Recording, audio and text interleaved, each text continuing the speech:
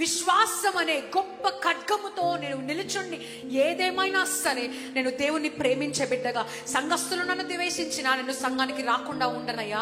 అయ్యా, నన్ను లోకము ద్వేషించినా నేను సంఘానికి రాకుండా ఉండను అయ్యా. ఎవ్వరు నన్ను ద్వేషించినా, పాస్టర్ నన్ను చూసి నాతో మాట్లాడకపోయినా నేను వచ్చి నీ ముఖదర్శనం చేసుకుని నేను ఆరాధించడానికి నేను ఈ లోకానికి వస్తాను, నేను ఈ సంఘానికి వస్తాను. ఈ బ్రతుకున్నంత వరకు నిన్ను ఘనపరిచే బిడ్డగా మాత్రమే ఉంటాను. హల్లెలూయా. పర్సిక్యూషన్ కి సిద్ధపడుతున్నారా? ఎవరెవరు బైబిల్లో పర్సిక్యూషన్ ఫేస్ చేశారు? ఏబేల్ మొదలుకొని, మొట్టమొదటిగా ఏబేల్ పర్సిక్యూషన్ ఫేస్ చేశాడు. నోవా ఆయన ఓడను కడుతున్నప్పుడు ఆయనని నవ్వి హేళనగా మాట్లాడారు. దేవుడు చేస్తున్న పని, దేవుడు ఏదైనా పని చేయమన్నప్పుడు నువ్వు అది సిన్సియర్ గా చేయటం మొదలు పెట్టాలి. ఎవరు నవ్వినా, ఎవరు హేళన చేసినా, ఎవరు నిన్ను తక్కువగా మాట్లాడినా, నీకంత సీన్ లేదులే, నువ్వు చేయలేవులే అని చెప్పినా సరే, సామర్థ్యం నీది కాదు, యెహోవాదే. పిలిచిన దేవుడే నీకు సామర్థ్యాన్ని కలిగించి ఆ చెప్పిన పనిని చేయించుకుంటాడు. ఆ చెప్పిన పిలుపులో ఈ రోజు నువ్వు నడుచుదువు గాక. ధైర్యముగా అడుగు పెట్టి ఆ పిలుపును అంగీకరించు. Accept the call and say, here I am Lord, take me. సామర్థ్యము యెహోవాదే. నోవాకి జరిగింది, యోసేపుకు జరిగింది, సొంత అన్నదమ్ములే పడేశారు. మోసెస్ కి జరిగింది, సొంత వాళ్ళే తృణీకరించారు.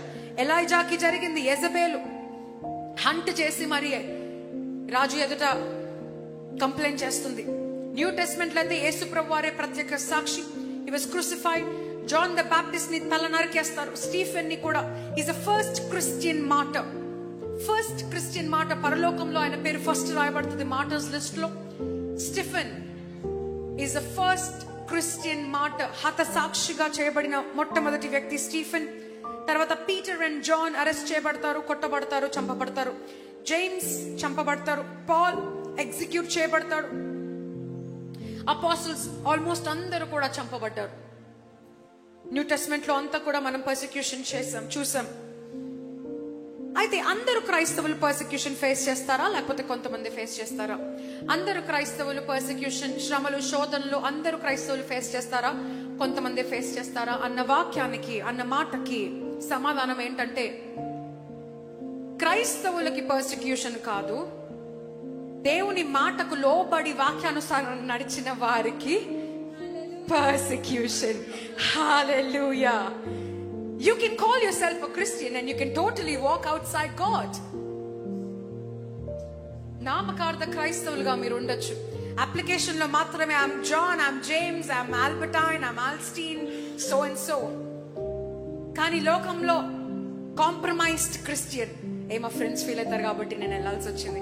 మా ఫ్రెండ్స్ ఫీల్ అవుతారు, వాళ్ళు నా దగ్గరకు వస్తారు, నేను కూడా వాళ్ళ దగ్గర పోవాలి, నేను కూడా ఇచ్చేయాలి, వాళ్ళు నా కోసం చేస్తారు. Compromised life. The ability to say no. వాళ్ళకి ఎబిలిటీ ఉండదు, నో అని చెప్పే ఎబిలిటీ ఉండదు. వాక్యానుసారంగా జీవించరు.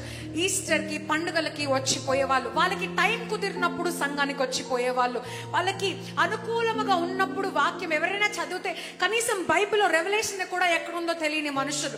జోయల్ చాప్టర్ ఎక్కడుందో తెలీదు, మాథ్యూ చాప్టర్ అసలు ఎవరు రాశారు, ఎందుకు రాశారు, దేనికోసం రాయబడింది కూడా తెలియని మనుషులు. దీస్ ఆర్ పీపుల్, నామకార్థ క్రైస్తవులు. సాతాను నీకు చాలా దూరంగా ఉంటాడు. In fact is your best friend. Satan is your best friend. He says, go to this movie, no problem, go to this friend. ఈ ఫ్రెండ్ తో టెల్లు, ఆ ఫ్రెండ్ తో టెల్లు. లేనిపోని ఫ్రెండ్స్ ని గుర్తు చేస్తా ఉంటాడు. చిన్నప్పుడు ఫ్రెండ్స్ గ్రూప్ చాట్ లో నేను యాడ్ చేసి డిస్ట్రాక్ట్ చేస్తా ఉంటాడు. అరే చిన్నప్పుడు కలిసాం రా, గుర్తుందా, రారా మనం గోవాకి వెళ్దాము, come let's go for a party, come let's enjoy. లేనిపోని డిస్ట్రాక్షన్ లో నీకు కలుగజేస్తాడు. నామకార్థ క్రైస్తవుడుగా ఉన్నావా? Recognize the symptoms that the Satan is showing to you. Boss తో కూడా మాట్లాడి, I'm sorry I can't work on Sundays because I am a practicing Christian, I must go to church అని చెప్పే బిడ్డగా నువ్వు ఉన్నావా? Persecution is yours. అందరికీ రాదు persecution. Many of you can escape. నీకు persecution వద్దా? You can escape. You can escape by simply not living according to the word of God. యోహాను సువార్త 15వ అధ్యాయము 20వ వచనము. దాసుడు తన యజమానుని కంటే గొప్పవాడు కాడని నేను మీతో చెప్పిన మాట జ్ఞాపకము చేసుకొనుడి. లోకులు నన్ను హింసించిన ఎడల మిమ్మును కూడా హింసింతురు. నా మాట గైకొనిన ఎడల మీ మాట కూడా గైకొందురు. The Lord is preparing you. Advance గా నిన్ను ప్రిపేర్ చేస్తున్నాడు. నన్ను హింసించారు, నిన్ను కూడా హింసించెదరు. ఆయనని వెంబడించిన వారికి హింస ఖచ్చితంగా ఉంటుంది. ఈ లోకంలో ఉన్నంత వరకు మనకు శ్రమలు ఉంటాయి. కానీ ఆ శ్రమల్లో కూడా ఒకలాంటి మనశ్శాంతి, ఒకలాంటి ధైర్యము, కొండంత విశ్వాసము. ఆయన మనతో ఉన్నాడు. యూదా గోత్రపు సింహము మన కొరకు పోరాడతాడు. కాళ్ళు త్రొట్టిల్లకుండా నడిపించి నిన్ను గెలిపిస్తాడు. నీ పక్కనే ఉన్నవారు పడిపోతారు, నువ్వు మాత్రం లేవనెత్తబడతావు. యథార్థవంతులు 7 మార్లు పడినను తిరిగి లేస్తాడు అన్న వాగ్దానము నీ సొంతముగా మారుతుంది. యేసుప్రభువారు ఓడిపోయాడా? గెలిచాడా? గెలిచాడు. యేసుప్రభువారు గెలిచారు. ఎన్నో శ్రమలు అనుభవించారు, కానీ సంతోషంగానే తిరగలిగాడా? Yes, he enjoyed with his disciples. కలిసి ఇవాంజలిజం చేశాడు. అక్కడ తిరిగా, ఇక్కడ తిరిగాడు. ఎన్ని శోధనలు వచ్చినా, ఎంతమంది మాట్లాడినా వాటికి చెవొగ్గకుండా ఆయన చేయాల్సిన పని చేసుకుంటూ ముందుకెళ్ళిపోయాడు. Today I want to ask you, what is your vision? దేనికోసం నువ్వు ఈ లోకానికి వచ్చావు? దేవుని కోసం దేవుడు నేను పిలుచుకుంటున్నాడు. ఆ గురిని నువ్వు పట్టుకొని పరిగెడతా ఉండు. Don't look at what people are saying about you.